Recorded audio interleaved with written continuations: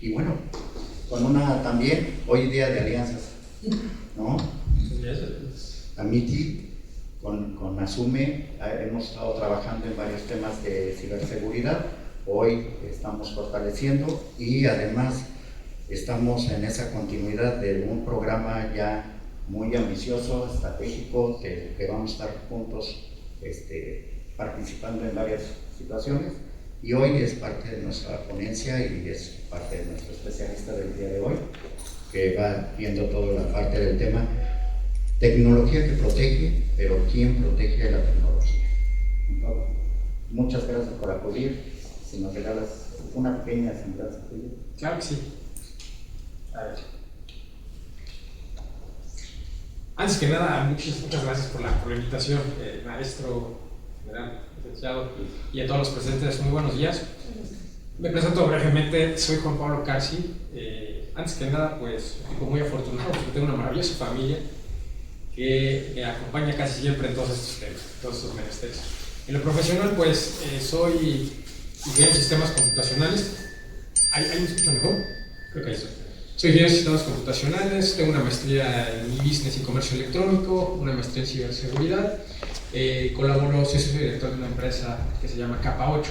Tuve la fortuna de fundarla hace casi 10 años, ya son 11 años, y nos enfocamos particularmente pues, a acompañar y asesorar a organizaciones que están en estos menesteres de la protección digital, ¿no? Me encanta estar el día de hoy con ustedes, además de que entiendo que el espíritu justamente de esta conmemoración es el aniversario, nos unimos a las felicitaciones, pero además me da mucho gusto el poder ver que se habla de ciberseguridad como un tema transversal, como comentaba el maestro Horaz, que es un tema que más allá de que me apasiona, evidentemente es algo que hoy en día debemos de tener todos desde el hogar hasta el ámbito familiar y por supuesto en las organizaciones muy presente, y además entender y poner manos a la obra, porque de lo contrario, créanme que podemos estar en un panorama muy gris.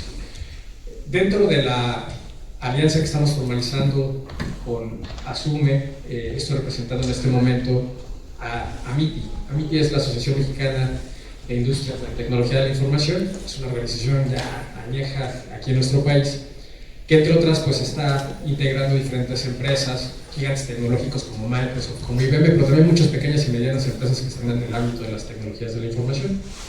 Tengo ahorita el gusto de liderar el Comité de Ciberseguridad y estoy representando en este momento, y pues muy gustoso de estar con ustedes, nuevamente de poder compartir estos momentos. Y yo escuché una frase que me encanta también, que estoy aquí hablando, compartir, que los caminos importantes normalmente no se caminan solos, ¿no? Se caminan con gente que te va a ayudar justamente a llegar hacia tu objetivo. Y me parece que lo que estamos viviendo justamente en este momento es evidencia justamente eso, ¿no? La importancia de las alianzas que fortalecen a organizaciones tan importantes como Asume. Y bueno, pues si les parece bien, podemos comenzar con la presentación. Muy bien, vamos a hablar de tecnología que protege, tecnología que ustedes seguramente están utilizando en su día a día. Pero ¿quién protege la tecnología, ¿no? cuando esta nos falla? Voy a comenzar con esta frase. El trabajo, la diligencia y la persistencia son la madre de la buena suerte. Esto lo expresó Benjamin Franklin 1780, 1790, en el contexto pues, de un Estados Unidos que ustedes recordarán estaba pasando por un proceso de independencia muy importante, ¿no? Las 13 colonias, el Reino Unido, por supuesto, y muchos sueños y esperanzas que estaban cimentándose en esta nueva nación. Y bueno, Franklin hablaba justamente de la relevancia de no ser azarosos ni que la suerte del país justamente cayera en el trabajo que no realicen las personas, ¿no? Más bien él se refería a eso justamente, hay que ser obsesivos, hay que ser diligentes y hay que trabajar día con día para poder alcanzar la buena suerte, ¿no? Para tener la fortuna. Y eso mismo sucede cuando hablamos de ciberseguridad, hay igualmente en seguridad como la que ustedes están observando. Al final la ciberseguridad no es más que una extensión de lo que ustedes día con día están viviendo en términos de seguridad. Y con esto lo que quiero comentar es que tenemos que trabajar obsesivamente para ganarnos esa buena suerte justamente y no tener alguna incidencia o algún impacto en nuestras organizaciones. Por otro lado, ¿quién vigila al vigilante? Hoy sabemos que la tecnología nos ayuda a proteger. Muchos de ustedes ya están utilizando en su día a día cámaras muy sofisticadas, están utilizando drones para vigilancia, están utilizando algunos de ustedes robots, incluso inteligencia artificial que permite definir, contener o responder y alertar prácticamente en tiempo real ante situaciones que un ser humano no tendría la posibilidad de hacer. Pero también es importante saber que si bien la tecnología nos acompaña, nos ayuda y nos va a permitir tener muchos beneficios, que si no es bien administrada, si no es bien controlada, nos puede dejar, como dice la lámina, más expuestos que nunca. Les quiero comentar un poquito del panorama en dónde estamos ubicados. Es importante entender, como mencionaba antes, que la seguridad privada ya opera en un entorno digital. Ya están en un proceso de transformación digital incorporando todo este tipo de tecnologías, el cual lamentablemente hoy es altamente atacado. Para muestra un botón, México hoy es el segundo país con más ciberataques en América Latina. Estadísticas y numeraria varían, pero particularmente se habla, sobre todo por el volumen de población y por el nivel de digitalización que tenemos en la nación, pues de que tenemos una importante, vamos a llamarle, superficie de ataque, ¿no? Aquí existe una paradoja bien interesante del cual hablan los expertos, porque si bien en América Latina se tiene actualmente un proceso de digitalización muy acelerado, debido justamente a la brecha digital que existe, todo esto también supone, paradójicamente, pues un terreno fértil para cibercriminales, porque justamente al conectar tantos ambientes, tantos ecosistemas, se empiezan a generar muchas vulnerabilidades. Entendiéndose por vulnerabilidad, lo mismo y de manera análoga lo que vemos ustedes en términos de seguridad física, ¿no? Básicamente debilidades, cuestiones inherentes a los sistemas en este caso, que pueden ser utilizadas o aprovechadas o usadas por grupos cibercriminales. Y ahí es donde se pone un poquito importante o peligroso el tema. México ha registrado, para darnos una idea del panorama, más de 325,000 millones de intentos de ciberataques el año pasado. Algunas cifras incluso hablan de cerca de 80,000 millones de ciberataques, en fin. Pero es importante que hablemos, en términos de estimación, de miles de millones de ataques. En este momento que estamos platicando, que me están haciendo el favor de escuchar, hay muchas organizaciones que están siendo atacadas. Nada más que no nos damos cuenta, y ahorita vamos a hablar un poquito de ese paradigma. En México, 43% de los ciberataques a empresas fueron exitosos. Es prácticamente un volado, ¿eh? O sea, ustedes, vamos a ponerlo en términos matemáticos y de probabilidad. Si yo tengo digitalización, un proceso de transformación digital importante en mi organización, y no tengo los controles de seguridad, prácticamente estás si me permite la expresión, a la buena de Dios. Hoy estás conectado a una ventana que es Internet, y esa ventana es totalmente un paraíso para todos estos grupos cibercriminales, que también ahorita platicaremos de lo que representan en el orden. La mayoría de las empresas latinoamericanas no tienen lamentablemente estrategias robustas de ciberseguridad. Eso también es importante y va de la mano con lo que les platicaba hace un momento, ¿no? de esta paradoja digital, en el sentido de que hay una brecha importante en la región respecto a lo que observamos en países, pues, por supuesto, más digitalizados, como Estados Unidos, como Europa. Y esto está generando este proceso de transformación digital muy acelerado, pero insisto, dejando abiertas muchas ventanas y muchas puertas que pueden ser aprovechadas por estos grupos. No traigo esta estadística aquí, perdónenme, pero se las comparto con mucho gusto, para que nos demos cuenta de la magnitud del problema. El Foro Económico Mundial libera cada año sus informes en relación a los riesgos que atentan contra la humanidad. Y hablamos ahí de riesgos bien importantes, hablamos de riesgos como la polarización, que estamos observando en países de nuestro país mismo, que estamos observando en diferentes regiones, la migración, el cambio climático, los problemas con energías renovables, por supuesto. Pero además de esto, dentro de los principales 10 riesgos que están atentando contra la humanidad este año y los próximos 2, en diferentes órdenes, pero están ahí integrados los que están relacionados con ciberataques, lo que llaman ellos ciberseguridad, y además temas que tienen que ver con el aprovechamiento de la inteligencia artificial para abusar de personas a través de los sistemas y de organizaciones, por supuesto, ¿no? Hoy, ¿a quién no han intentado engañar a través de un deepfake o simplemente observando en internet algún video o algún audio? Es muy fácil hacerlo. Oye, actualmente está a la mano de cualquier persona que tenga acceso a internet, que lea un poquito sobre cómo se utilizan estas plataformas. Hay una suscripción que probablemente cueste 100, 200 pesos mensuales, y con eso tiene las herramientas necesarias para poder engañar a cualquier persona y hacerle un fraude. Esto va a ser algo que sonaba hace 3, 5 años muy lejano, como un cuento de ciencia ficción, y hoy en día lo estamos viviendo, y créanme que lo que viene en los próximos 3 años, 5 años, es realmente alarmante. No vamos a tener la posibilidad de distinguir y discernir entre lo que es real, en términos digitales por supuesto, a lo que es ciencia ficción, ¿no? o un intento de estafa o de fraude. ¿Cómo afecta esto a una organización como ustedes? Bueno, de distintas formas, y lo vamos a ir desmenuzando, pero particularmente me gustaría enfatizar que al ser ustedes proveedores de servicios, tienen por supuesto, en primera instancia la necesidad, pero también la obligación de proteger también los datos de sus consumidores, por un lado, ¿no? Y por otro lado, también han existido incidentes, ahorita lo platicaremos, de organizaciones que se dedican a lo que ustedes hacen y que han tenido afectaciones muy importantes en materia de datos, o de protección de datos, y además de brechas que les han afectado su operación. Otra estadística que, insisto, para darnos una idea de la magnitud de lo que estoy hablando, el negocio ilícito más importante en el mundo es el tráfico de drogas y el tráfico de armas. Eso seguramente dominarán mejor las estadísticas que yo. Atrásito está todo el negocio relacionado con ciberataques. Si pudiéramos equiparar la economía que representan los ciberataques, ¿no? Todas esas ganancias ilícitas, versus Producto Interno Bruto de países, estaríamos hablando del Producto Interno de Japón, de ese tamaño. Entonces estamos hablando de un problema muy serio que probablemente apenas estamos comenzando a abordar de diferentes formas, de diferentes aristas, pero que puede no solamente atentar contra un Estado-nación, puede atentar contra, ya lo vimos, personas de a pie, ciudadanos como ustedes, como yo, y a muchas organizaciones que de alguna manera están en estos procesos de transformación. ¿Quién protege al protector? Es un dilema, es increíble, ¿no? Como la tecnología que utilizamos también para vigilar, que no lo estoy satanizando de ninguna manera, al contrario, me parece que es un habilitador para nuestros negocios, pero también puede ser vigilada.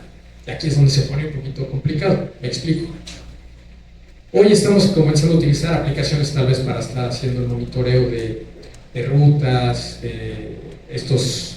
ustedes lo conocen mejor que yo, sus procesos de logística, de monitoreo, de vigilancia. Seguramente tendrán sistemas de videocámaras que están conectándose a internet, que de esta manera les permiten monitorear a la distancia. Tienen sistemas de infraestructuras críticas, probablemente drones, ¿no? que al ser no drones domésticos, sino drones de vigilancia, incluso militares, pues tienen la necesidad de conectarse en un espacio aéreo donde, además de que hay regulaciones ya que están en boga, pues tienen que protegerse también esas comunicaciones por todo lo que puede suceder. El tema es, ¿este tipo de controles pueden ser vulnerados? ¿O este tipo de herramientas que nos ayudan a proteger a nuestros consumidores, a proteger a nuestros clientes? Sí, la respuesta es sí, y ya ha sucedido muchas veces. Para muestra un botón, no voy a dar nombres por supuesto y voy a procurar compartir ejemplos fuera de México, aunque es una situación que, y seguramente ustedes lo conocen, pasa mucho y es muy recurrente, más de lo que pensamos aquí en el país.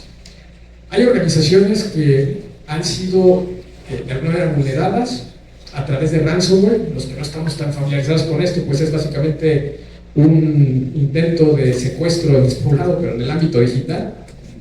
A través de un malware se secuestra, se cifran los datos, en realidad es lo que sucede, ¿no? Se quedan ilegibles de manera que las aplicaciones que dependen de ellos pues no pueden leerlos, llamarlo de esta forma, ¿no? Y de esta forma pues no pueden operar. Pero además, si tú quieres consultar esta información, pues al estar cifrada, pues es imposible.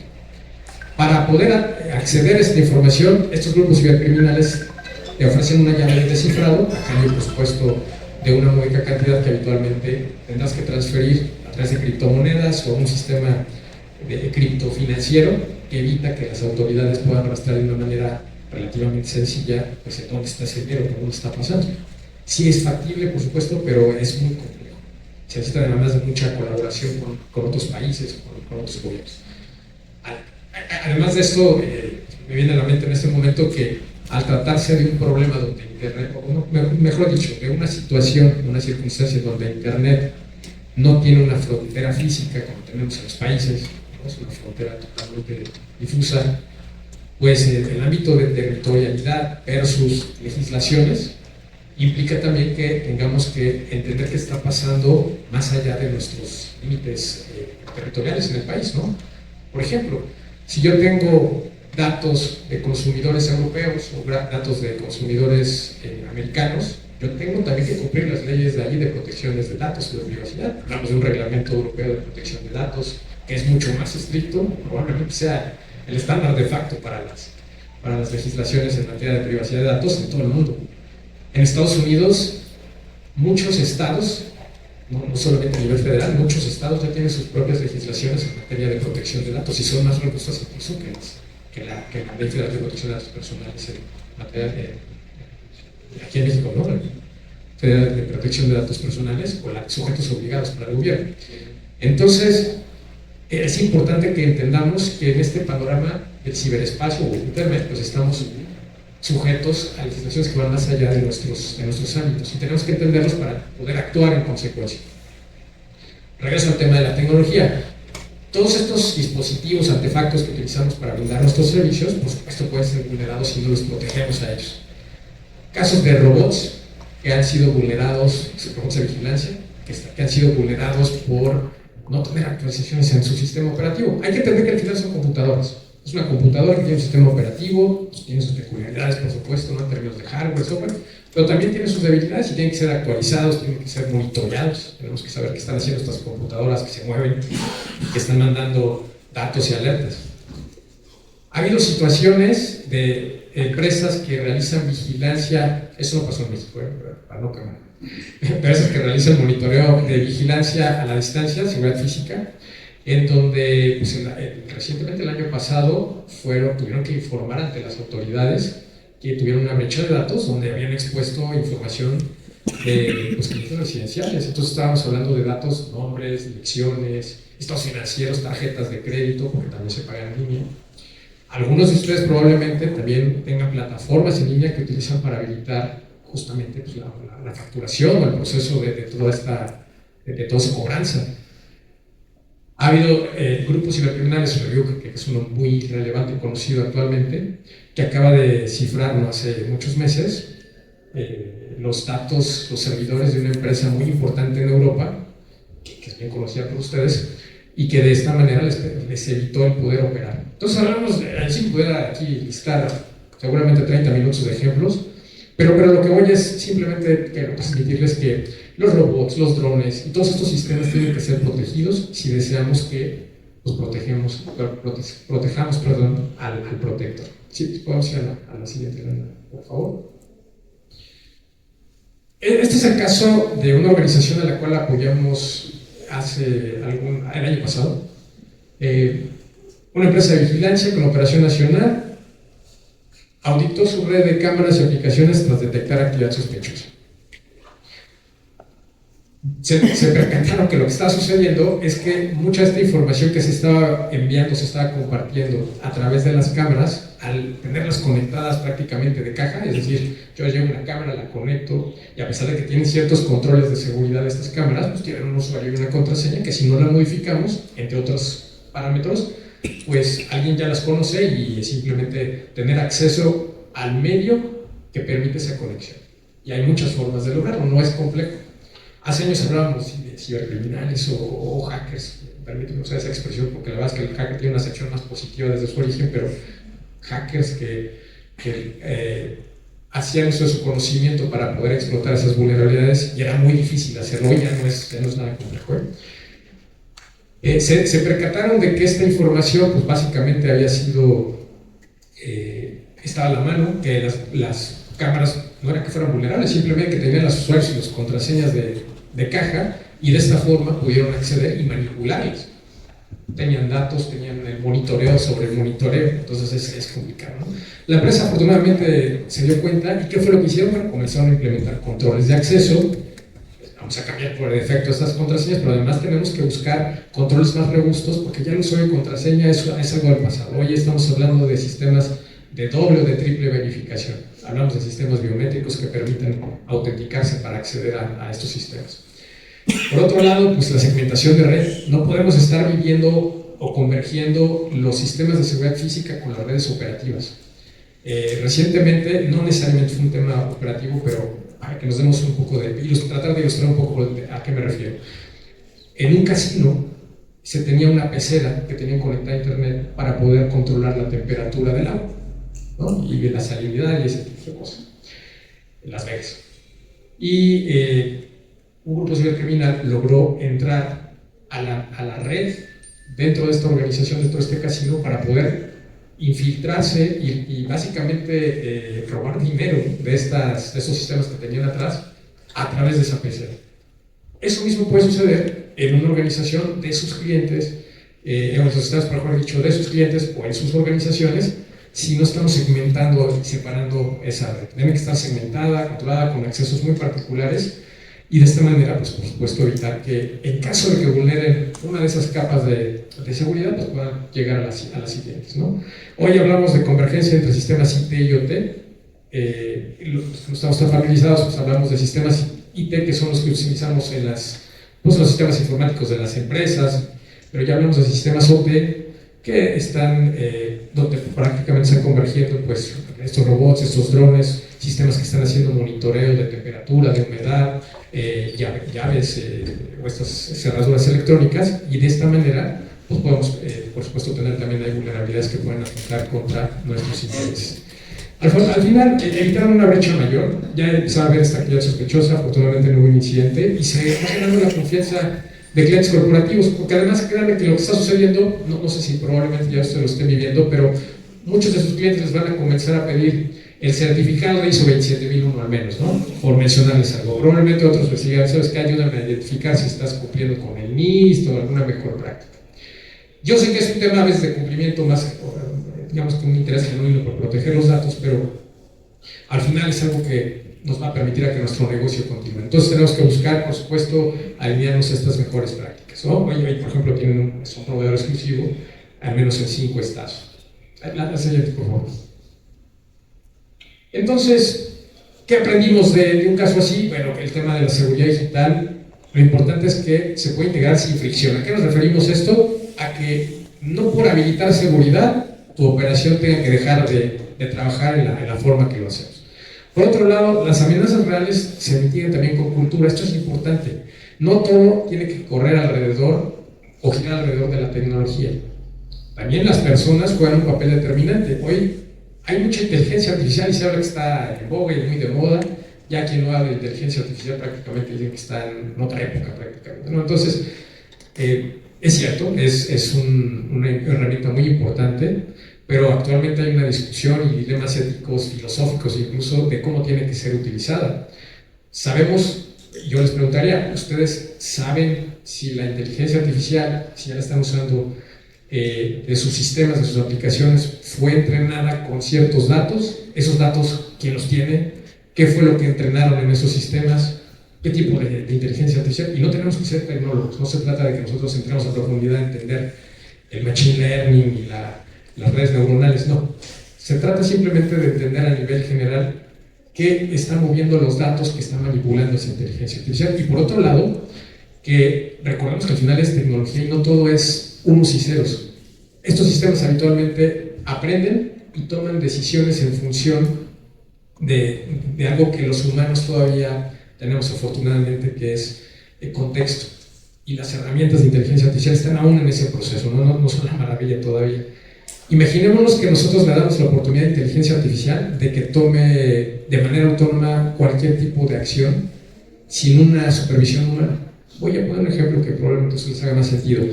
El hecho de que dispare, imagínense un dron, ¿no?, en una operación militar, y que de pronto el dron, por detectar algo fuera de lo normal, vaya a disparar alguna acción agresiva, ¿no?, para generar una acción agresiva. Esto está sucediendo, ya lo vemos en la guerra, ¿no? Rusia y Ucrania está sucediendo este tipo de cosas, Israel, Palestina. Pero cuando comencemos a acercarnos más a la tecnología, a los ámbitos de seguridad operativa, de seguridad privada, tenemos que ser conscientes de que no, esto se tiene que regular y que al final debe tener una supervisión humana, sí o sí, ¿vale? Además, estas inteligencias artificiales también son vulnerables. Esos datos con los cuales aprenden, generan modelos y ayudan a generar estos alertamientos y funcionalidades muy eficientes, también pueden ser inyectados de datos. O sea, un cibercriminal puede entrar, puede invadir y llenar de datos esa inteligencia artificial y entonces simplemente va a aprender algo que no es correcto. Entonces, es importante que lo que busco transmitirles es que al final también necesitamos mucho que las personas puedan identificar esas actividades sospechosas, puedan reaccionar en consecuencia y que vayamos educándolas y capacitándolas, así como lo hacemos en sus operaciones, ¿no? Y que buscamos siempre que un buen oficial, un buen agente esté, pues por supuesto, teniendo un trato adecuado, siempre marcado en la legalidad, a un marco jurídico, a las políticas. Lo mismo tiene que ocurrir en el ámbito digital. Y bueno, hay que entender esto, la seguridad moderna al final ya es como el cuerpo humano, ¿no? Tenemos músculos que pueden ser estos guardias, estos vehículos, estas bardas, pero también tenemos una parte digital, que es todos los sistemas que ustedes están integrando, y es el que detecta, analiza con base en estas herramientas y estos instrumentos que comentaba, pero esto tiene que ser también protegido. Si el sistema nervioso falla, que hablo en esta analogía de los sistemas digitales, pues no va a importar cuán fuertes, cuánto músculo tengan ustedes, ¿no? Cuántos guardias tengan al final, pues todo lamentablemente se va a desmoronar. Estos son banderas rojas, simplemente es para que podamos por ahí detectar si hay algún escenario en el que estemos cayendo y donde tengamos que tomar acción. Si estamos usando aplicaciones móviles de vigilancia y no hay control de actualizaciones, ¿vale? Un dispositivo móvil, una computadora se puede infectar con un malware de una manera muy sencilla y a partir de ahí esos datos se pueden exfiltrar, o puede ser esa aplicación del vehículo para comenzar a infiltrarse en una red. Por otro lado, si tenemos cámaras IP sin segmentación de red, igualmente podemos poner en riesgo a toda la red, a toda la organización. Tenemos que comenzar a trabajar en capas, a comenzar a segmentar y a dividir. Si no contamos con políticas de respuesta ante incidentes digitales. Me explico. Normalmente hablamos hoy en día de la ciberseguridad como un elemento muy importante, y sí lo es, pero el paradigma ya cambió. Hoy hablamos más de resiliencia. Hace 5 años, hace un lustro, hace una década, cuando estábamos en una situación de seguridad, yo recuerdo que llegábamos a los directivos y les preguntaban: oye, ¿tu organización es segura? Y había algunos que con suma petulancia le hacían inmediato: absolutamente, todo lo que he comprado funciona perfecto. ¿Y cómo sabes? Y decimos: porque no ha pasado nada. Hoy sabemos que los procesos, así como en sus organizaciones, los procesos de un ciberataque, pues es una escalada, es justamente un proceso, una serie de pasos que puede conllevar semanas, meses o incluso años para poder observar lo que es simplemente la cerecita del pastel, que es la exfiltración de datos en un ciberataque, o la introvisión o este tipo de situaciones. El tema no es saber si está siendo atacado o no, o sea, por supuesto es muy importante. El tema hoy en día es tener la capacidad de reaccionar y responder muy rápido y recuperarte. Todos vamos a ser atacados. Estos ejemplos de empresas que les comentaba, de seguridad, ¿no? Están monitoreando hogares, empresas, a través de sistemas digitales. Oye, o sea, puedes tener un ataque porque estás ahí, pero el tema es darte cuenta rápido, reaccionar rápido y tener un protocolo que permita regresar a la normalidad lo más pronto posible. Entonces, necesitamos habilitar justamente estos procesos de respuesta ante ciberincidentes. Necesitamos que el personal operativo conozca riesgos tecnológicos. Si por ahí tu personal no entiende que no tiene que estar usando el celular para ciertas actividades, que no tiene que estar compartiendo información, es solo un ejemplo de muchos, puede meterte en un problema si está conviviendo ese dispositivo dentro de tu red. Y por supuesto, como los bomberos, ¿no? Los bomberos no tienen incendios todos los días, y sin embargo ellos están constantemente entrenándose, ¿no? Buscando eficiencia, buscando eficacia, buscando disminuir los tiempos de respuesta. Ellos saben en el preciso momento para bajar por este tubo, ¿no? Pueden llegar rápidamente al camión, el saber cómo se enrolla una manguera, la presión adecuada, todo eso se mide. Lo mismo debe suceder cuando necesitamos entrenarnos para poder atender una respuesta ante un incidente cibernético. Necesitamos evaluar las capacidades de detección que tenemos en nuestro hogar digital. Necesitamos saber cómo se tiene que actuar ante una incidencia, cómo monitorearla, pero también cómo actuar.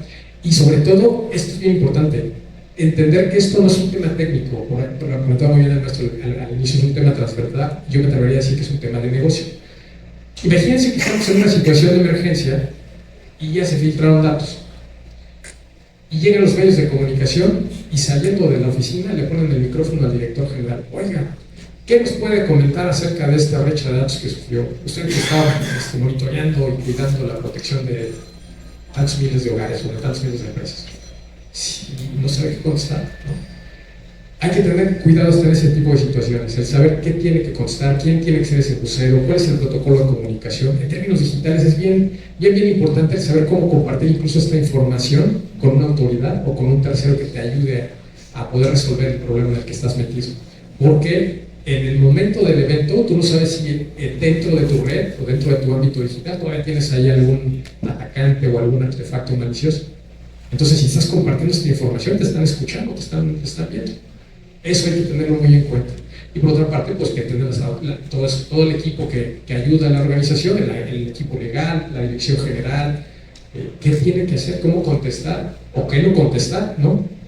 Porque nos podemos meter en un aprieto justamente por las regulaciones que comentaba. Entonces, estos son algunos signos, algunos síntomas de cuestiones que nos dan de prender las alertas, así que una banderita roja, para que comencemos a tomar acción. Adelante. Ahora, ya sabemos, no quería asustarles, por supuesto, ni mucho menos, hablamos un poquito de panorama, del contexto. ¿Qué podemos hacer? No hay una receta mágica, eso sí es importante. La tecnología por sí sola, la tecnología per se, no te va a resolver tus problemas, pero sí tenemos tres grandes pilares que podemos utilizar como base. Lo primero es la estrategia y el gobierno. Tenemos que comenzar por regular y por definir las reglas del juego, no las políticas. ¿Qué sí se puede hacer con mi equipo de trabajo en el ámbito digital cuando estoy operando?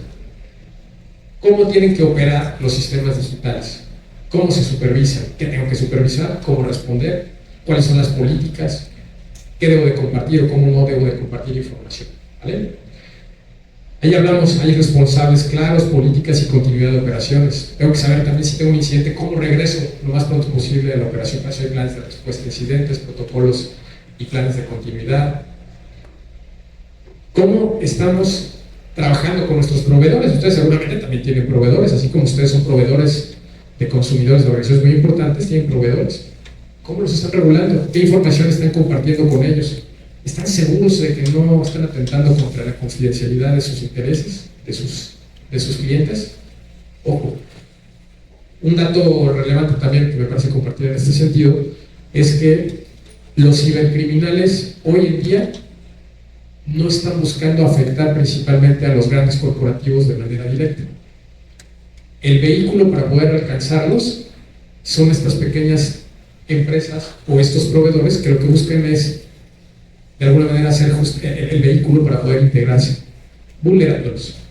Entonces, si ustedes están siendo el proveedor de una gran empresa, además de que seguramente ya la empresa ya les está pidiendo estos controles de seguridad más estrictos, deben de tener ustedes o regularlos o reforzarlos de una manera muy importante, porque seguramente un grupo que busca atentar contra la empresa va a buscarlos a ustedes, o va a buscar atacar o entrar a través de ustedes. Lo mismo hay que hacer con nuestros proveedores.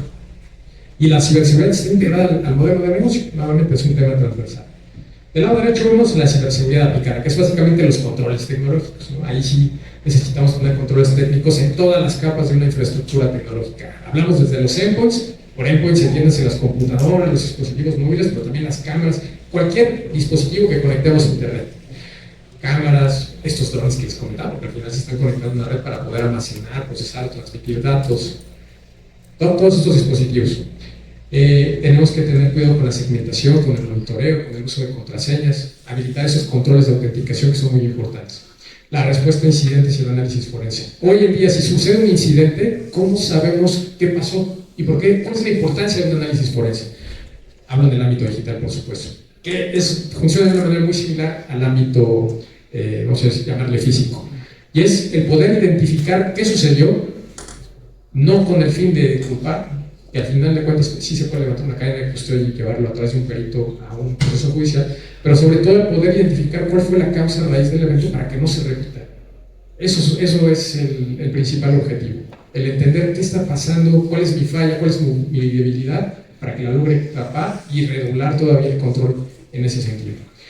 Las pruebas de penetración, que ya se están volviendo un tanto obsoletas, déjenme decirles, estas pruebas de penetración que no es más que el hackeo ético, ¿no? El análisis de vulnerabilidades, estas pruebas de penetración, que los hackers éticos utilizan para poder identificar esas debilidades sin afectar, sin impactar a las infraestructuras, ¿no? Entonces se establecen banderitas, ¿no? Te van identificando dónde están esos huecos, te dan recomendaciones.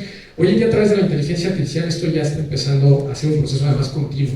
Entonces, insisto, no es que nos vayamos al ámbito totalmente digital, pero se puede hacer una mezcla de ambos. Tema de cibersimulaciones, les comentaba el ejercicio de los bomberos, pero para el ámbito digital.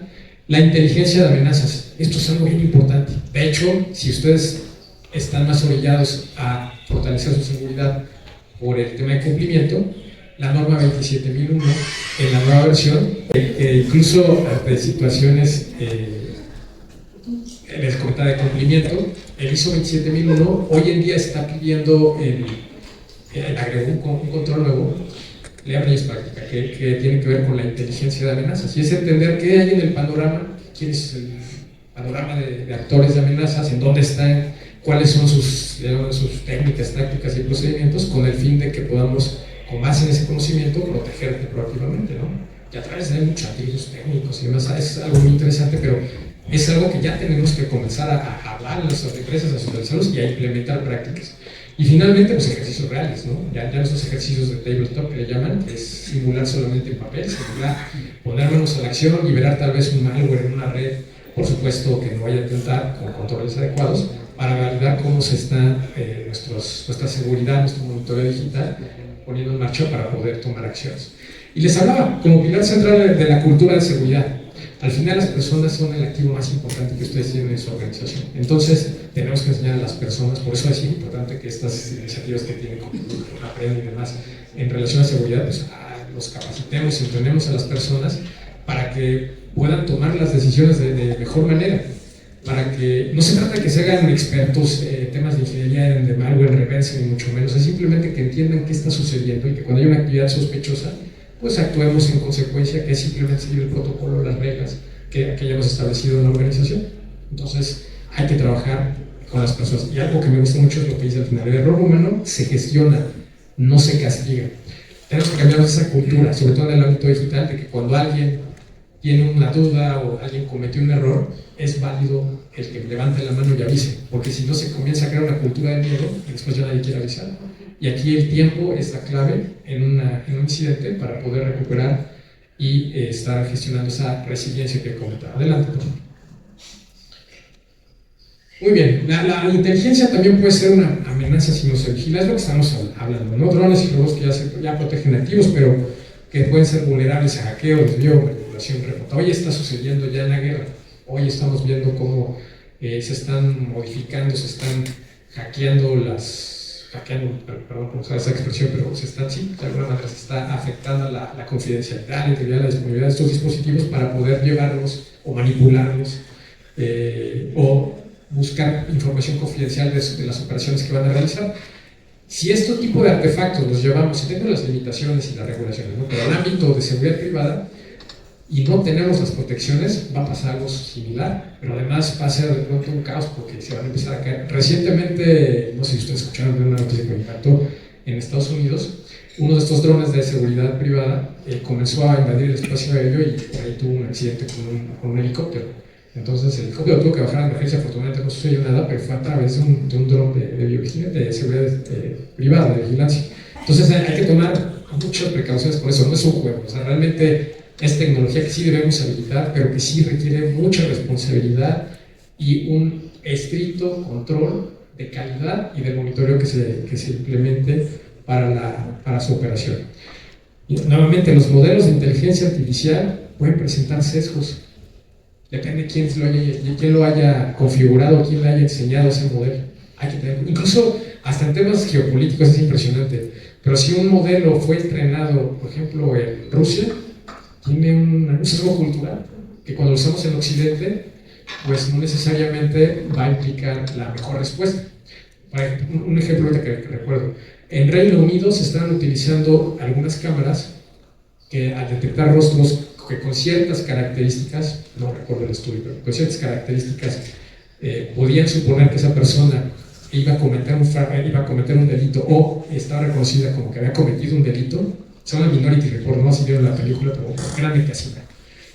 La detenían, hablaban a un oficial, llegaba el oficial, la detenía y comenzó un cuestionario para validar si en efecto se trataba de esta persona o no, o si era una persona sospechosa. ¿Qué pasó? Cuando lo empezaron a habilitar, se dieron cuenta de que había un 70-80% de error.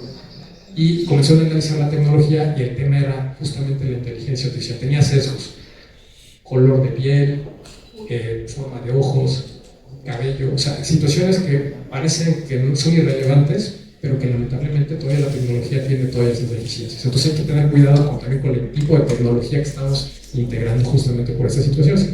Regulación clara, ¿no? ¿Qué hacer si una ya toma la decisión correcta? No, ya lo platicamos. Y nuevamente el espacio aéreo, sistemas autónomos y reconocimiento facial que requieren, sobre todo yo diría que control ético, además de técnico. Ya. Adelante. Fíjense ustedes que cuando platicaba con Armando, me comentaba, y enfatizó mucho, y por eso quise traer esta lámina, acerca de la ética. Entiendo que hay algo que valoran mucho aquí, que es justamente la ética.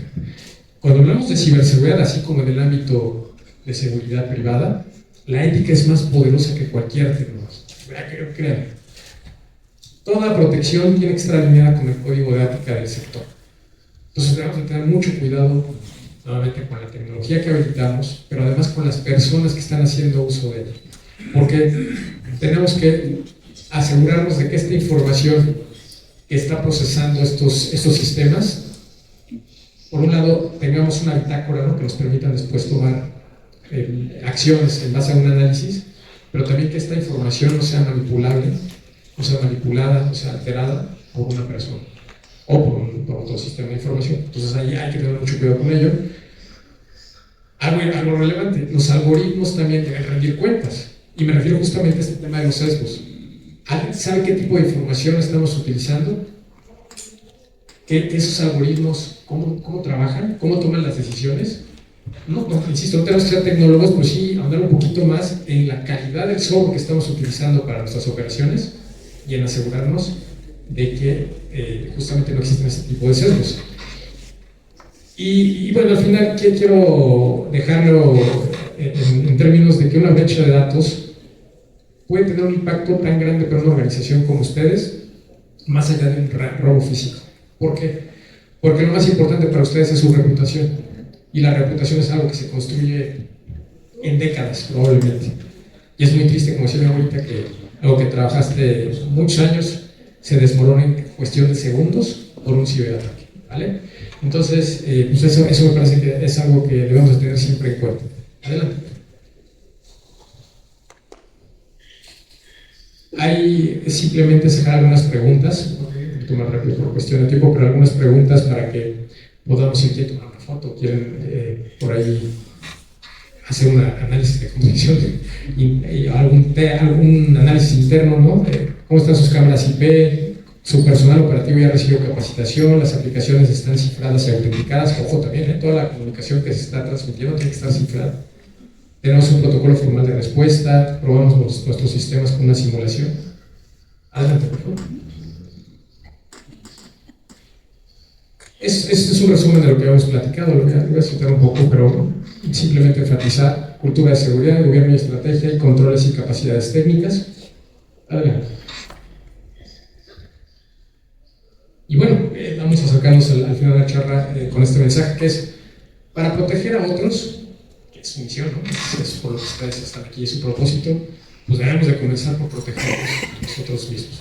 Entonces, no me queda más que enfatizar de que ustedes tienen una misión muy importante, de que tenemos que buscar que el que vigila también sea vigilado y que el que protege sea protegido, para que ustedes puedan brindar el mejor de los servicios, ¿no? Es eso, proteger a otros comienza por protegerse a unos. Y si vamos a la siguiente lámina, esto me despido. Este señor que está viendo en pantalla se llama Stanislav Petrov, es una foto ya de 1983. Y les platico la historia porque me gusta mucho. Él era un coronel soviético. En 1983, como contexto, nos encontrábamos en una situación en la que la Guerra Fría, aquí gente joven, o sea, no sé de qué estoy hablando, pero los Estados Unidos y la Unión Soviética están viviendo una situación muy tensa. Estaba prácticamente el hervor en su máximo nivel, pero las hostilidades no comenzaban en el ámbito militar. Tal vez en otros ámbitos hay mucho espionaje, muchas situaciones que ustedes conocen mejor que yo, Y el presidente Ronald Reagan, en ese momento, comenzó a trabajar en su sistema, en un sistema y en un plan de fortalecimiento nuclear muy importante, cuando le metieron demasiado presupuesto. Y entonces la contraparte, los soviéticos, comenzó también con un sistema de monitoreo impresionante, ¿no? Ese señor era el responsable del Centro de Control de Monitoreo Nuclear. Su misión era que su equipo detectara cuando hubiera algún misil que fuera la Unión Soviética. De pronto, observando los sistemas de monitoreo, se genera una alerta. Entonces, obviamente se acercan todos, le reportan, ¿qué hacemos? Y el coronel les dice, pues esperemos a la segunda alerta. Llega la segunda alerta y entonces todos están esperando que presione el botón rojo. Y el botón rojo supone un ataque, un contraataque que prácticamente hubiera desatado un apocalipsis bélico, un apocalipsis nuclear en ese momento, y probablemente no estaríamos platicando aquí justo ahora, ¿no? Imagínense la responsabilidad. Pues en 1983 Stanislav Petrov decidió no hacer caso y comenzar a analizar qué estaba sucediendo. Yo sé que esto a lo mejor se contrapone un poco al seguir el protocolo y la respuesta, pero empezó a entender qué es lo que estaba, muy rápido, a buscar analizar qué es lo que estaba sucediendo. Y resulta que el reflejo de las nubes por el sol estaba generando este error en los sistemas y generaba una alerta. Después de que pudo corroborar la información a través de llamadas telefónicas y sus sistemas de comunicación militares con el resto del comando, pues se dieron cuenta de que afortunadamente no se trataba de eso y no tomó la decisión de presionar el botón. Entonces se le recuerda mucho porque justamente no siguió lo que la tecnología le dice, sino siguió su criterio propio, ¿no? Él tomó la decisión de no presionar el botón rojo porque consideraba que la tecnología podía tener un error, decidió corroborar y al final él tomar la decisión. Y hoy nos encontramos en un panorama donde probablemente la inteligencia artificial podría estar tomando este tipo de decisiones, sobre todo en los ámbitos donde ustedes están trabajando, operando, y me parece que es el momento oportuno de recordarles que las personas al final somos quienes debemos de tomar esas decisiones, ¿vale? Pues con esto me despido, les agradezco mucho y si tienen alguna duda, con mucho gusto.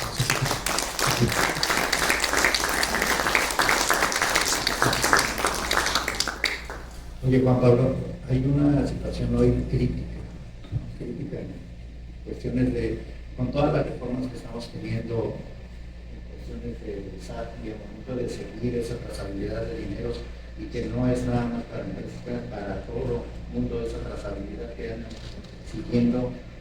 ¿Qué tan importante es tener un sistema robusto que pueda ayudar a esa parte forense, ¿no?, que estábamos hablando hace un momento, esa parte forense, pero que ya le sirva a la empresa cuidarse y tener todos sus lineamientos con base a la confidencialidad? Muy buena pregunta, gracias, Sergio. Es imprescindible, yo les diría, es imprescindible. Hoy no puede una organización que está digitalizada y que tiene que rendir cuentas. Es un ejemplo. De hecho, hoy se está discutiendo, probablemente lo hayan escuchado en las noticias, que está discutiendo que el SAT de cierta autoridad está discutiéndose, por ejemplo, si lo quieren dar fast track, que están muy atentos con cámaras, se quiere dar fast track a la posibilidad de que se pueda hacer un monitoreo a través de plataformas digitales de todas estas, pues es una especie de vigilancia, ¿no?, de lo que estamos haciendo o no estamos haciendo, incluyendo, por supuesto, la actividad fiscal.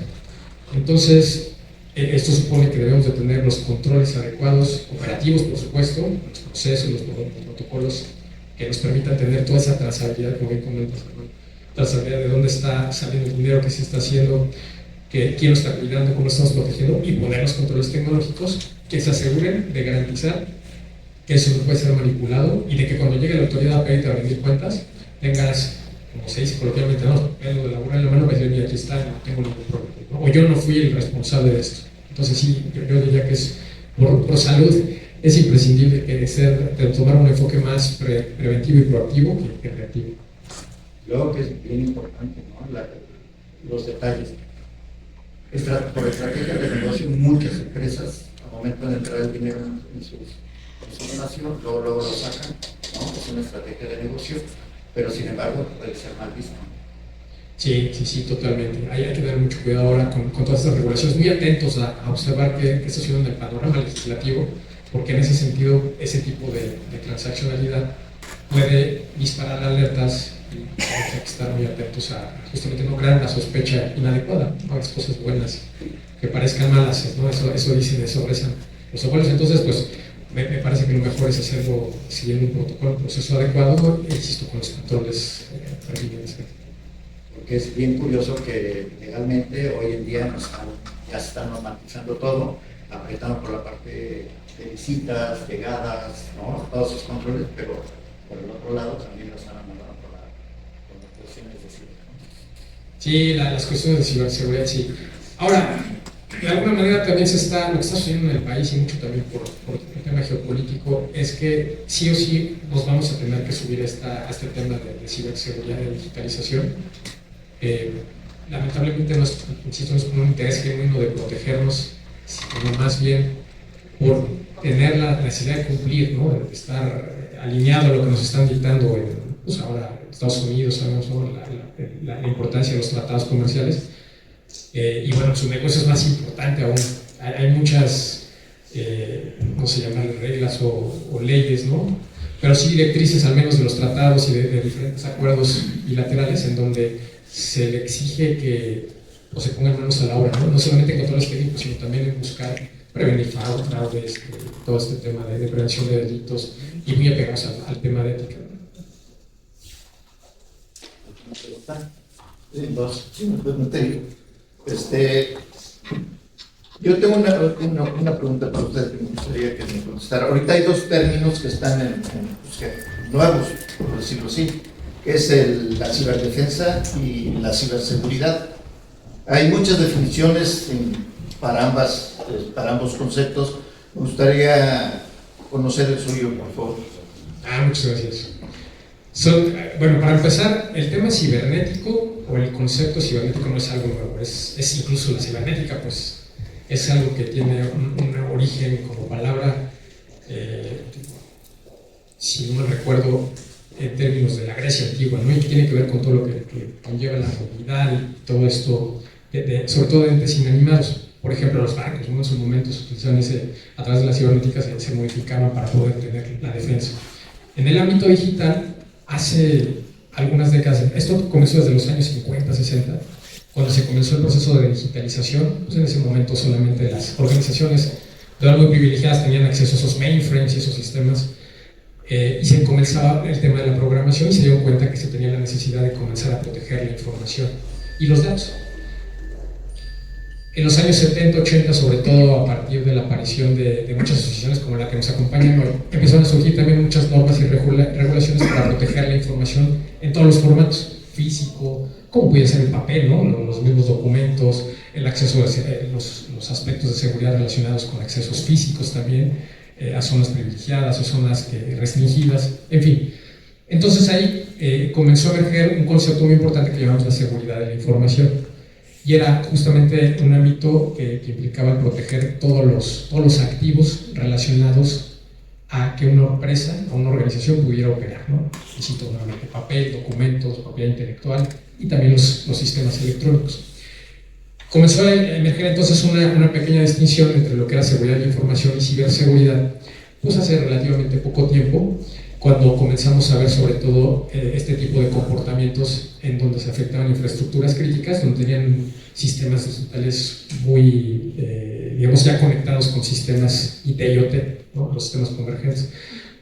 Seguramente recordarán algunos de ustedes que en los años 80, si no me recuerdo, empezaron los hackeos a las grandes empresas de telefonía en los Estados Unidos, esto desde los 70, 60, ¿no? Pero en los años 80 se hizo muy popular, ¿no? Generó un gran impacto mediático. Plantas nucleares, ¿no? Estados Unidos por ahí no es oficial, por supuesto, pero hay mucha literatura que habla de que las plantas nucleares en Irán, ¿no? Cuando está la tensión, pues que de alguna manera habían atentado contra sus intereses, buscando causales perfectos a través de malware. Fue la primera vez que se empezó a hablar de este tipo de situaciones. No son nuevas, estoy hablando hace 20, 30 años. Y se hablaba mucho de los Estados Unidos y de Israel. Hace 20 años se comenzó a hablar, cuando ya teníamos redes sociales, los más jóvenes que veo por aquí, ya había algunas redes sociales, y yo recuerdo mucho que era un centro de la Armada de Israel, no recuerdo exactamente, pero una unidad militar de Israel, de pronto publicó por primera vez en una red social que habían alcanzado un objetivo. Y normalmente cuando ellos publicaban este tipo de información, pues hablan de personas, ¿no? A lo mejor un terrorista, una persona que está atentando contra sus intereses, y en ese momento aparecía la fotografía de un edificio en donde decían que el objetivo era un malware. Decían, esta fue la primera fotografía que apareció. Atentamos logramos nuestro objetivo y logramos destruir el malware XH45, por decirles un ejemplo, no recuerdo el nombre. Y ahí comenzó ya a hablarse más en términos de ciberseguridad, de una manera muy general. Entonces, la ciberseguridad no es más que el tratamiento de riesgo cibernético a través de controles. Y pueden ser controles tecnológicos, como vimos, controles humanos, o controles a nivel de procesos y procedimientos, lo que llamamos el gobierno de la ciberseguridad. Y aquí ya empezamos a tener una distinción entre lo que era seguridad de la información y ciberseguridad, ya me extendí, perdón, entre lo que era los controles en papel y todos estos activos que son importantes, a lo que son los ámbitos digitales, donde necesitaban una particular seguridad. Y por supuesto está el ámbito militar, en donde comenzó a emerger el ámbito de los dominios, que no los conozco muy bien, seguramente en general los dominarán mucho mejor que yo, pero se habla de que tenemos que proteger el aire, por supuesto el ámbito tierra, ¿no? Y entre estos dominios emergió un nuevo que fue el ámbito digital. Entonces tenemos que proteger el ciberespacio. Y ahí fue donde, por ejemplo, el Comando Norte en Estados Unidos empezó a incorporar estos términos y se derivó en que sea el concepto de ciberdefensa, que lo que buscaba era proteger a través de operaciones militares el ciberespacio contra cualquier ente que buscara atentar contra los intereses de la nación. De ahí es donde nace. Básicamente es la incorporación de controles técnicos para proteger activos, que yo lo estoy generalizando mucho, ¿no? Pero es para proteger los activos que pueden atentar contra infraestructuras críticas de una nación. Hablamos de sistemas de energía eléctrica, agua potable, y todos estos sistemas que pudieran atentar contra los intereses de un Estado-nación.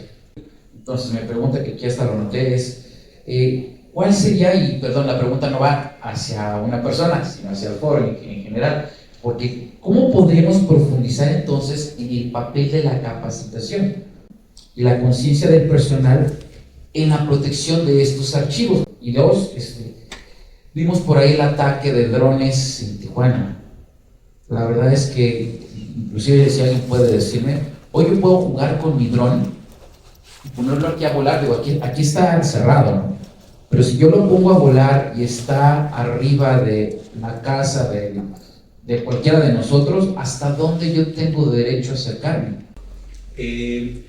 Pues básicamente el problema con la inteligencia artificial es que la gran mayoría compramos lo que está en el mercado sin realmente hacer un análisis, ¿no? Hay muchas herramientas que se pueden manejar y, como bien dijo el licenciado, el ingeniero, existen protocolos, existen formas como fueron entrenados y que pueden tener sesgos, ¿no? Entonces debemos de ser muy cuidadosos, y la verdad es, como responsables de seguridad, debemos de fomentar que la gente se capacite, que sepa que cada vez que sube alguien información, no nada más está el sesgo que se puede tener, sino también hay otro término que es heredado de Shadow IT, ahora es Shadow Inteligencia Artificial, y que consiste en que cada vez que alguien sin autorización, y lamentablemente por tratar de ser más eficiente en sus trabajos, sube información que se está compartiendo y a veces es información sensible de las empresas, información personal, ¿no? Entonces existen varios mecanismos y ahí es donde viene la capacitación. Hay forma de utilizar esas herramientas, pero no abiertas, sino en un ámbito local. Hay herramientas que le permiten a uno correr esas aplicaciones de inteligencia artificial en un método cerrado, es decir, como si no hubiera internet, ¿sí? Entonces mete uno la información y esa información ya estamos cuidando que no se filtre, ¿sí? Hay algunos, como bien dicen, algunas herramientas que utilizan información de todos lados, hay algunas otras, sin que sea un anuncio, como NoteLM, que utiliza exclusivamente la información que uno le está subiendo. Es muy poderosa, se utiliza en muchas universidades, puede uno subir 3, 4, 5 los elementos que uno quiera, documentos que uno quiera, pueden ser hasta videos, pueden ser una serie de... es realmente muy poderosa y puede uno de alguna forma ir haciendo preguntas, ir haciendo prompts de alguna forma para que saquen la información nada más con base en esos documentos, no los demás. Pero sí es muy importante que la gente se capacite y que sepa que cada vez que está compartiendo de alguna forma, pues, de buena fe, información que le está subiendo, pues puede ser proceso de sujeto a una filtración de datos, ¿no? Pues básicamente eso. Adelante. Hola, buenos días. Para empezar, me gustó muchísimo, está interesantísimo lo de la ciberseguridad y sobre todo muy importante que mencionaba que era la prevención. Sin embargo, a mí me queda una duda con respecto, por ejemplo, ¿qué tan eficiente sería la configuración de un VPN para la ciberseguridad? Y segunda, un respaldo físico pudiera funcionar porque al final de cuentas sigue siendo por papel y sigue siendo vulnerable, pero ¿qué tan eficiente sería tener, por ejemplo, un respaldo físico más el digital? Muy buenas preguntas, muchas gracias.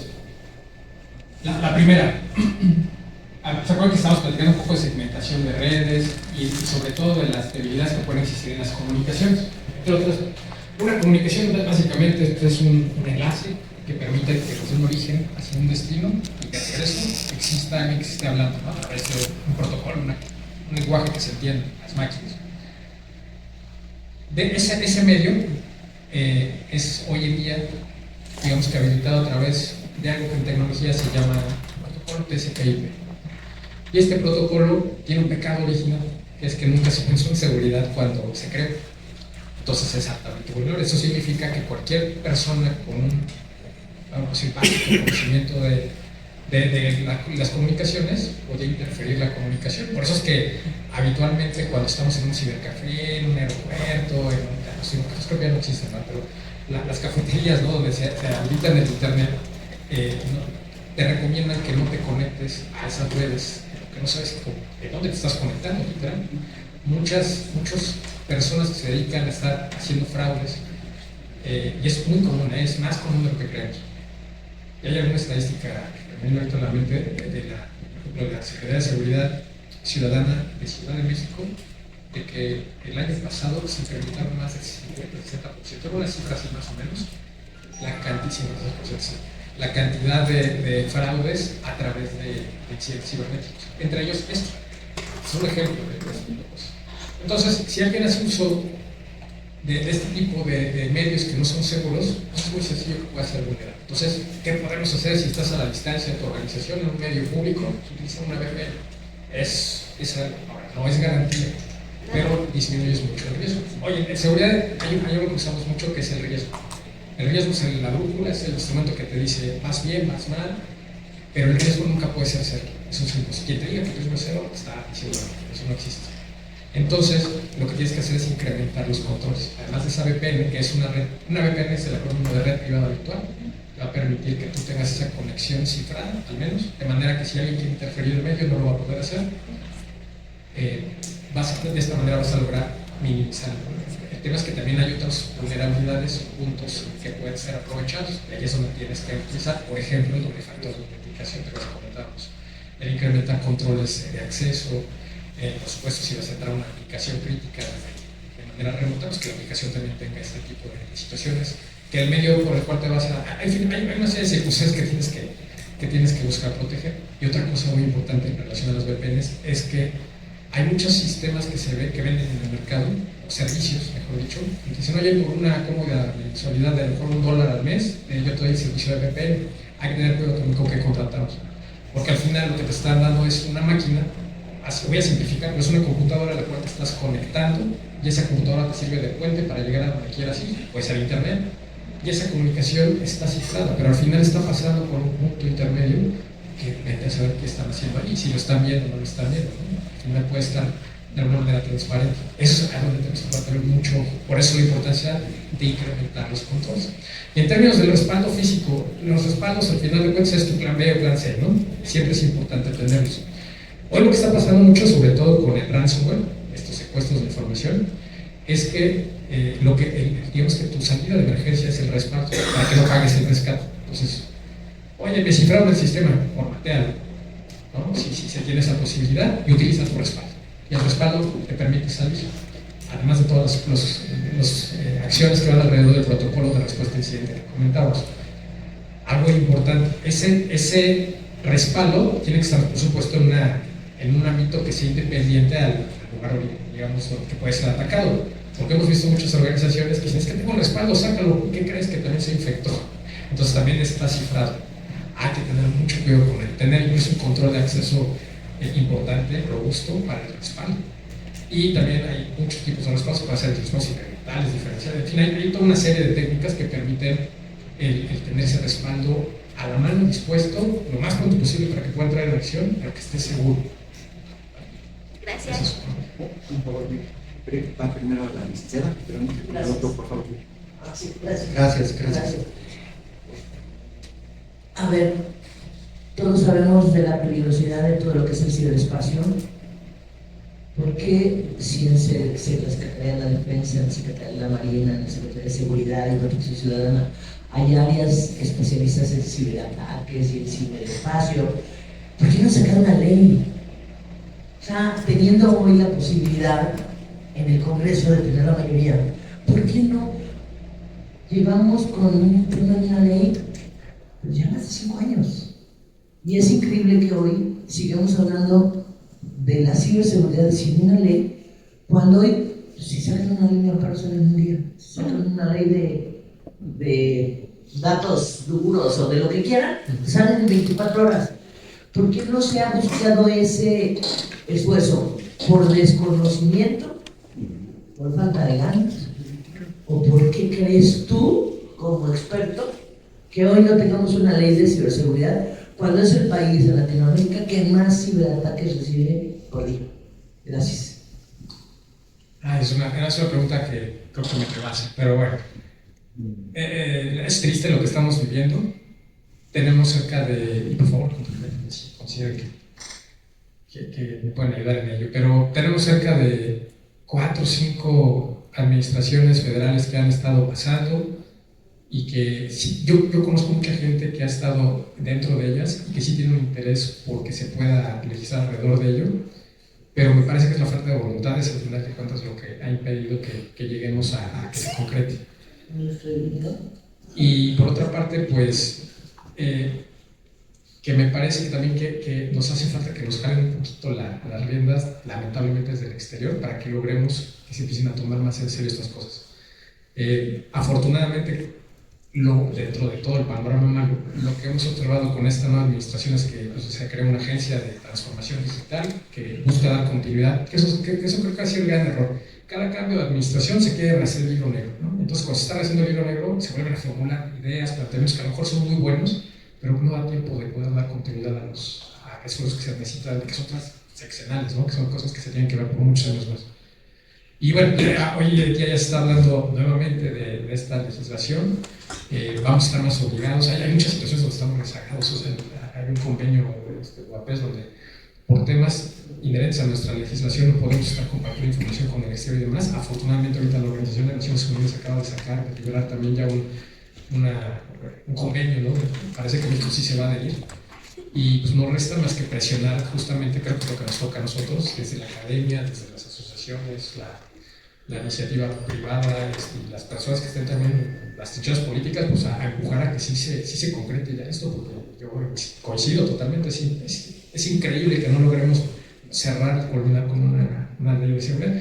Hay también leyes secundarias o leyes relacionadas que nos ayudan también a proteger hasta cierto punto, pero sí necesitamos tener una ley o un marco mucho más general y más robusto que nos ayude en ese sentido. Gracias. Gracias. Gracias Sergio y Azul por invitarnos aquí a hacer preguntas y escuchar y aprender mucho de los profesionales. Mi nombre es Miguel Quintanilla.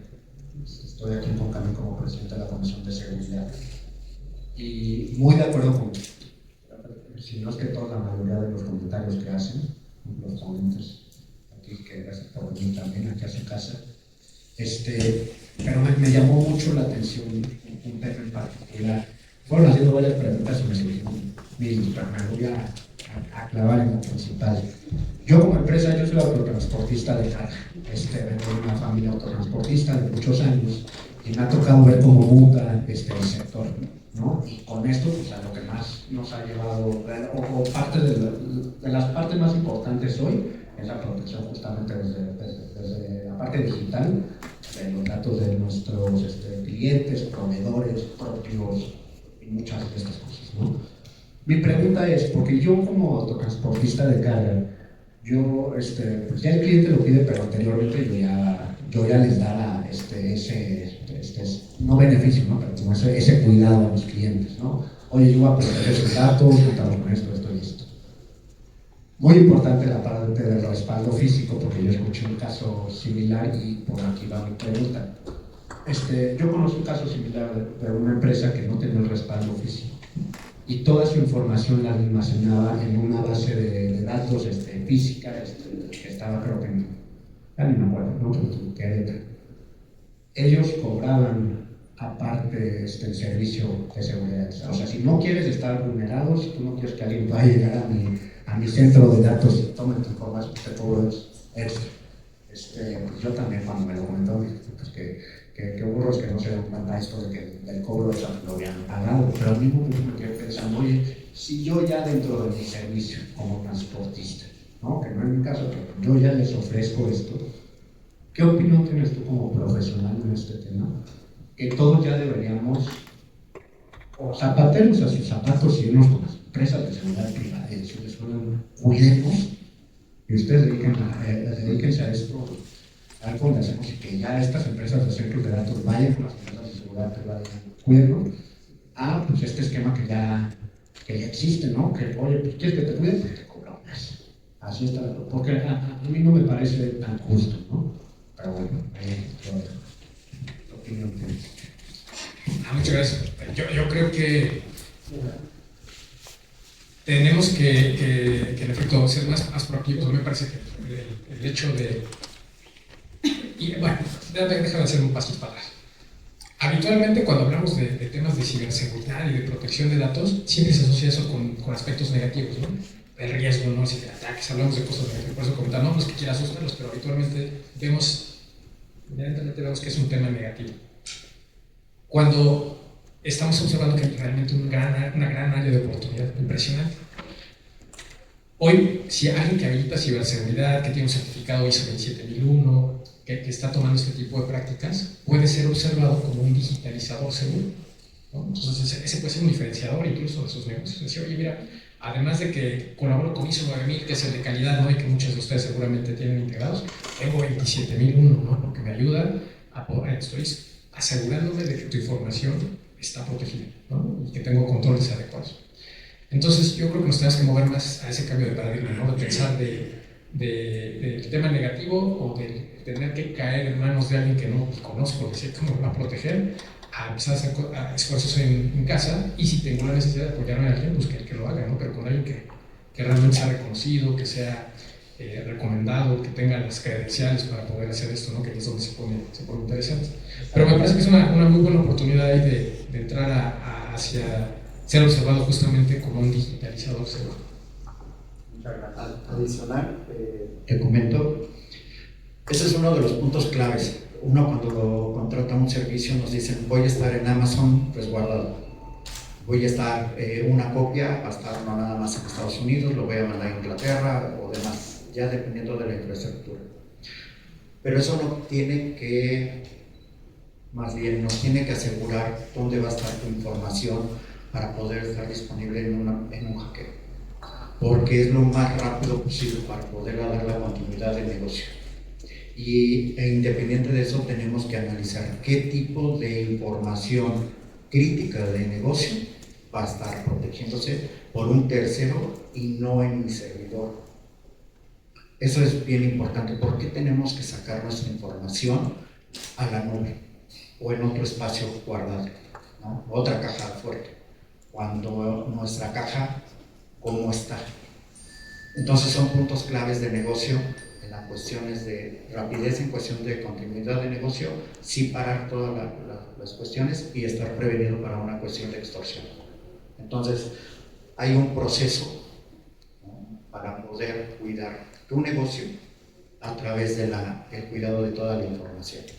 Y esos son los puntos claves de cómo inician, quiénes son las personas que realmente deben de estar manejando esa información, qué credenciales tienen, y entonces a partir de ahí, qué información realmente necesita conocer el maestro, qué necesita conocer el general, porque es parte del negocio. No podemos abrirlo todo completo. Entonces se tiene que seccionar. Y esa es la parte más importante hoy en día de que las empresas de seguridad o de ciberseguridad que se dedican, es la detección y la auditoría interna para poder colocar esos pasos y esos procesos adecuados bajo sí un ISO, pero también hay varios puntos de llevarlo para la cuestión de cuestiones de un estudio forense. Entonces, eso es lo que debemos de ocupar. Sin embargo, sí es de mucho tiempo. Es de dedicarle un ratito y ver quién es el mejor cuestiones de ciberseguridad para poder ocupar todo eso. Pues bueno, si me permite, adelante. Ampliando lo de, preguntaba el señor sobre la legislación aquí en México. Sí, desgraciadamente estamos en pañales, pero no estamos sueltos, ni estamos lisos, ni no tenemos nada. Sí hay cuatro aspectos que debemos de tomar en cuenta. Está la NOM 103 de la Secretaría de Comunicaciones y Transportes, que regula el uso de los drones. Está una directiva también de la Dirección General de Aviación.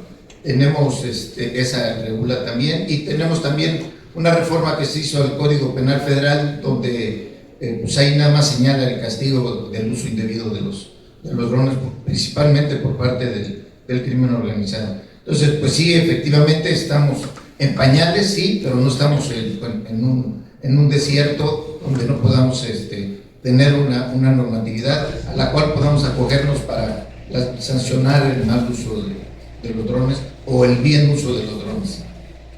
Gracias. Bueno, pues pasamos a la entrega del reconocimiento, y a nombre de mi presidente Armando Zúñiga Salinas, ¿no?, entregamos el reconocimiento a Juan Pablo García Reina por su destacada participación en el encuentro conmemorativo del 12 aniversario de ASUME, donde impartió la ponencia Tecnología que protege, pero ¿quién protege la tecnología?, dirigida a líderes, empresarios y directivos de la industria de la seguridad privada. Y quiero marcarse Armando Zúñiga Salinas y su servidor Sergio Rivera. Muchas gracias.